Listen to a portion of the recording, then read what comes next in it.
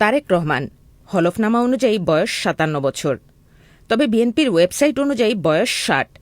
দলটির তরফ থেকেও যেভাবে উদযাপন করা হয়েছে সেখানেও তারতম্য দেখা গেছে, যা বিএনপির ইউটিউব চ্যানেলেও রয়েছে।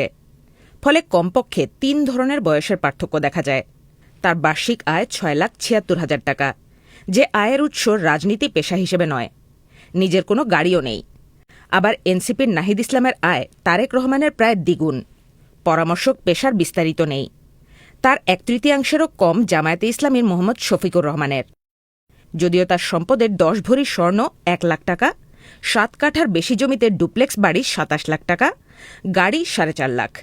এগুলো আগেকার মূল্য এবং বর্তমান আনুমানিক মূল্য একই দেখানো হয়েছে।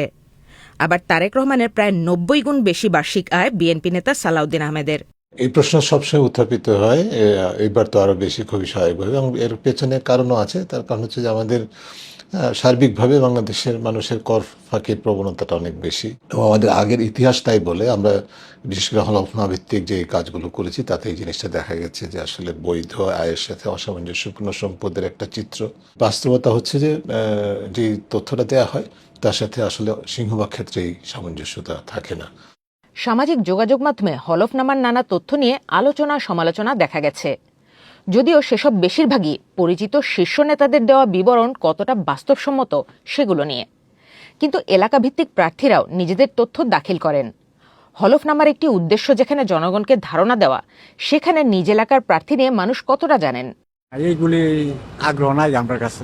আমরা তো আবার দল করি না, তো এর লিগে আর কি আমাদের এই সমস্ত সম্বন্ধে একটা আইডিয়া নাই আর কি। কারা কারা প্রার্থী বা কেন আমি কিছুই জানি না।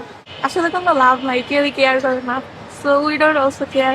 ছাত্র আন্দোলনের পরে তো আমরা হেগোর সাথে মিশিও নাই আর জানিও না হেগো পরিস্থিতি কি। নির্বাচন কমিশন হলফনামার তথ্য যাচাই বাছাই করে বেশ কিছু ব্যক্তির মনোনয়ন বাতিল বা স্থগিত করেছে। আইন অনুযায়ী হলফনামায় সম্পদ নিয়ে ভুল তথ্য বা তথ্য গোপন করলে প্রার্থিতা বাতিল করার কথাও বলা হচ্ছে।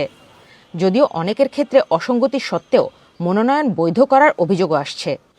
জামায়াতে ইসলামী ও এনসিপির দিক থেকেও এমন অভিযোগ এসেছে। হলফনামায় উল্লেখ করা তথ্য কাগজে কলমেই থেকে যায়, এই আলোচনা যেমন আছে, তেমন যাচাই বাছাই নিয়ে প্রশ্ন তুলছেন অনেক বিশ্লেষক। ক্ষমতার সঙ্গে সম্পৃক্ত কিংবা ক্ষমতা চর্চার একটা মূল উৎস হিসেবে দেখতে পাচ্ছি। তাদের আসলে যাচাই বাছাই করার ক্ষেত্রে কি সে একইভাবে নিয়ম মানা হচ্ছে? সামাজিকভাবে যাদেরকে নেতা বলা হচ্ছে তাদের ক্ষেত্রে অনেক অসঙ্গতি লক্ষ্য করা যাচ্ছে। তাহলে কাদেরটা আসলে করছেন নির্বাচন কমিশন যাচাই বাছাই, কাদেরটা আসলে করা যাচ্ছে না বা তারা করতে চাচ্ছেন না, কিংবা এই যে ক্ষমতার কারণে তারা মনে করছেন না তারা হেভিওয়েট প্রার্থী, তাদের কিছু খাটানো যাবে না। তো এই যে একটা রাজনীতি আছে যে হলফনামা যাচাই বাছাইয়ের ক্ষেত্রে, সেটি থেকে কিন্তু আমরা এখনো ঊর্ধ্বে যে উঠতে পারিনি, সেটা কিন্তু একেবারে স্পষ্ট।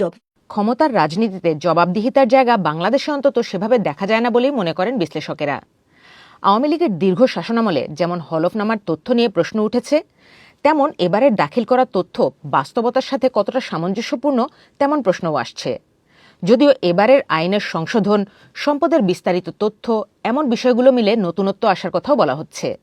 হলফনামায় যদি কেউ মিথ্যা তথ্য দেয় কিংবা তথ্য গোপন করে, তাহলে নির্বাচনের পরেও, অর্থাৎ পরের 5 বছর যদি এরকম কোনো তথ্য বের হয়ে আসে, তখন ইলেকশন কমিশন ওই তথ্য নিয়ে একটা তদন্ত কমিটি করতে পারবেন, এবং সেই তদন্তে যদি প্রমাণিত হয় যে উনি আসলেও মিথ্যা বলেছেন কিংবা তথ্য গোপন করেছেন, তখন এই 5 বছরের মধ্যে তার এমপিত্ব বাতিল করার সুযোগ থাকবে।